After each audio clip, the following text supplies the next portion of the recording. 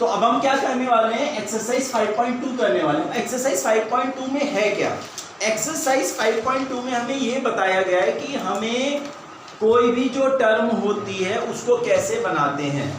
किसी भी टर्म मतलब कोई भी टर्म दी गई है तो एक टर्म के अंदर तीन चीजें होती हैं, ठीक है। A term consist of three things. देख लो इधर ए एन और ये डी। जब भी आप ए पी को करना है तो आपको तीन चीजें याद रखनी है, A N D. N A हमें मालूम है फर्स्ट टर्म है, डी मालूम है हमें कॉमन डिफरेंस है, और एन माने मतलब होता है वो कितनी टर्म्स हैं, लास्ट टर्म कह दो या उस लास्ट टर्म तक का नंबर कितना है। समझ आ गई, मतलब A1 A2 A3 ये कौन सी टर्म तक जा रही है, जैसे फर्स्ट सेकंड थर्ड।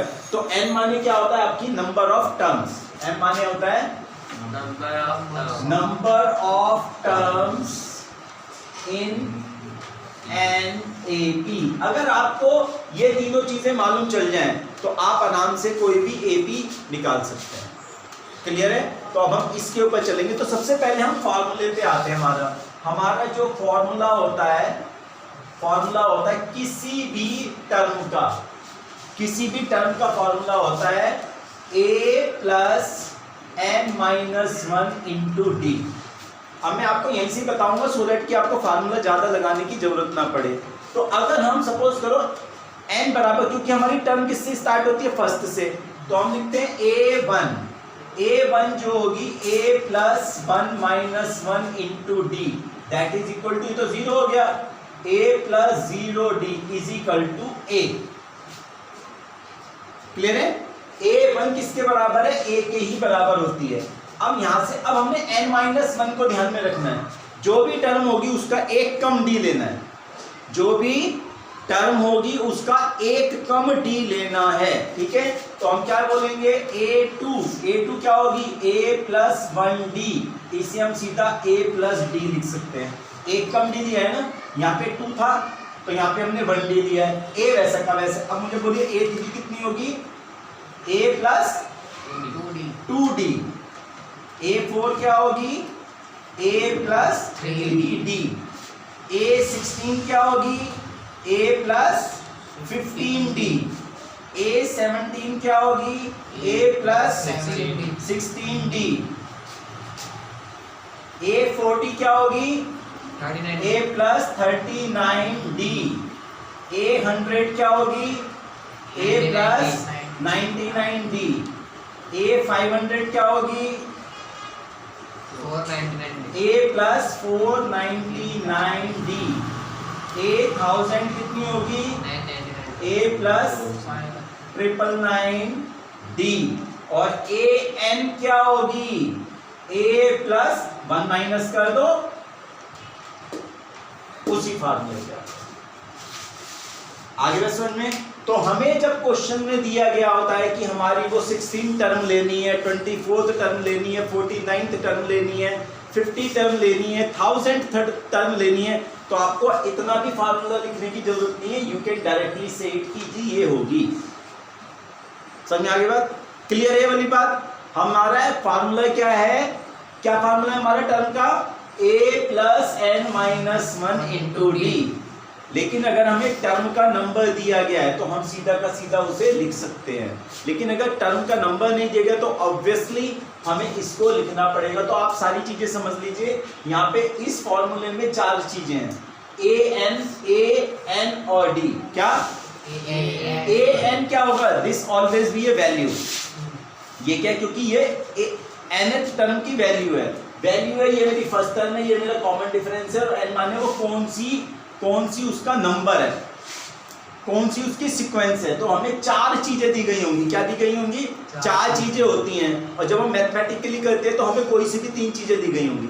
क्या दी गई होगी, 3 चीजें दी गई होंगी, तो चौथी चीज निकालनी है। ये वाली नहीं दी गई है तो ये वाली निकालनी है, ये वाली नहीं दी गई, सॉरी, समझ आ गई।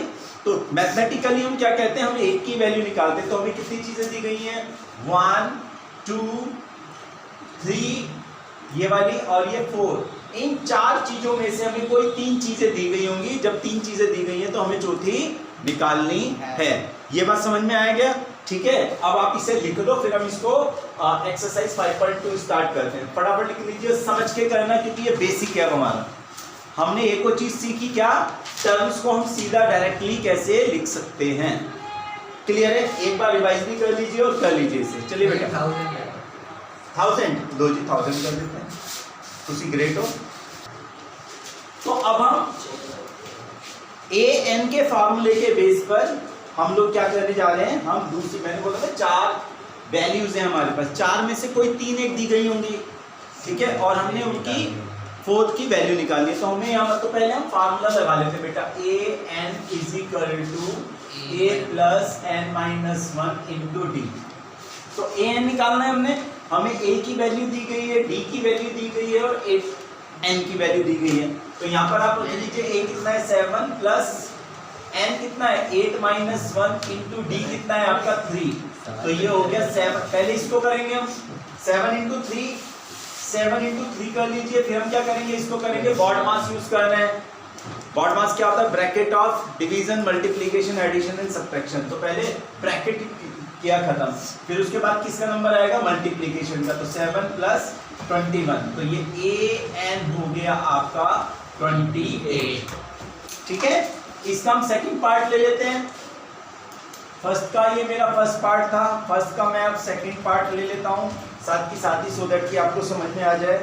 a इज इक्वल टू -18 है, d इज इक्वल टू हमने निकालना है, और हमारा n दिया गया है बेटा 10 है, और a n दिया गया है इज इक्वल टू 0। फॉर्मूला फिर दोबारा से लिख लेते हैं, a n is equal to a plus n minus 1 into D.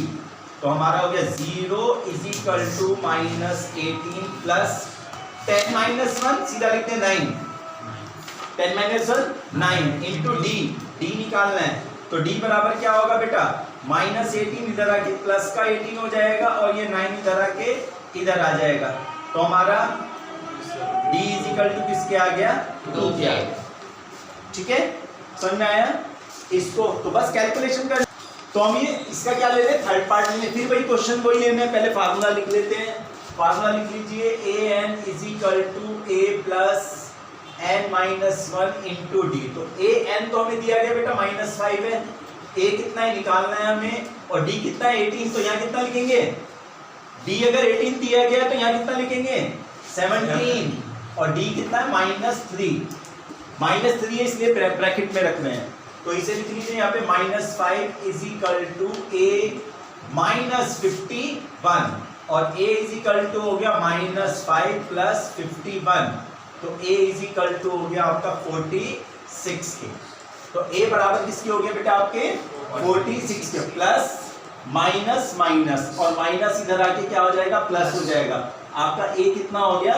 16 हो गया। अब इसका हम क्या ले लेते हैं? इसका 4th पार्ट ले लेते हैं। ठीक है, 5.3 का 4th पार्ट। चलिए 4th पार्ट है हमारा, a इज इक्वल टू क्या दिया हुआ बोलिए?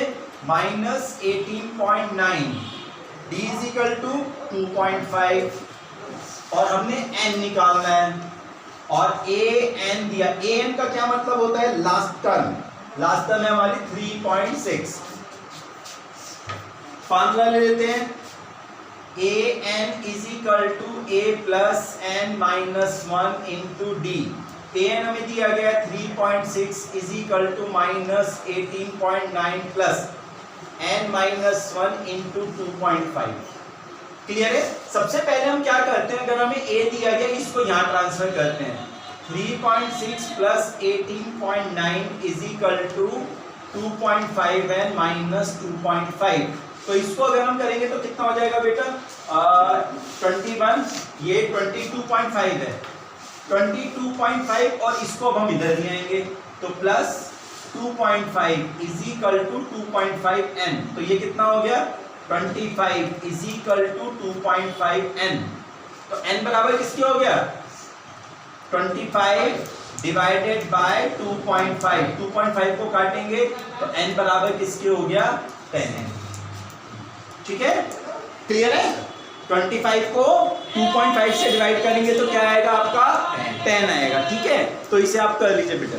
ठीक है, तो मैंने अभी आपको शुरू में बताया था कि अगर किसी भी एपी सीरीज में डी बराबर 0 है, यानी कि उनका कॉमन डिफरेंस क्या है, अगर 0 है तो सारी टर्म एक जैसी होती हैं। वैसे हम फार्मूला लगा के भी कर सकते हैं और वैसे भी कर सकते हैं, लेकिन अब हम फार्मूला लगा ही लेते हैं।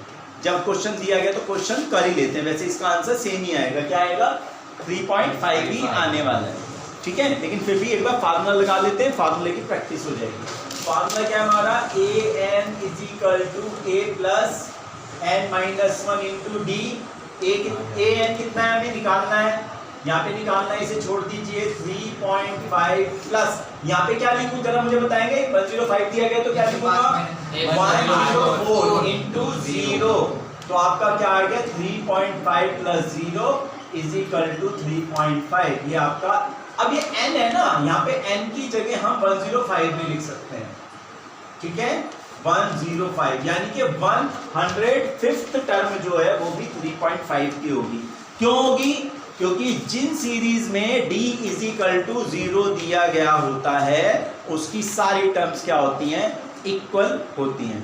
तो आप लोगों ने 5.2 और 5.1 का ये जो फर्स्ट क्वेश्चन है, हाँ ये प्रिलिमिनरी है, इसी वजह से 5.1 और 5.2 के दोनों क्वेश्चंस करा दिए गए। इसके जो 5.2 के जो अगले क्वेश्चंस हैं वो हम अगली वीडियो में कवर अप करेंगे। Thank you very much.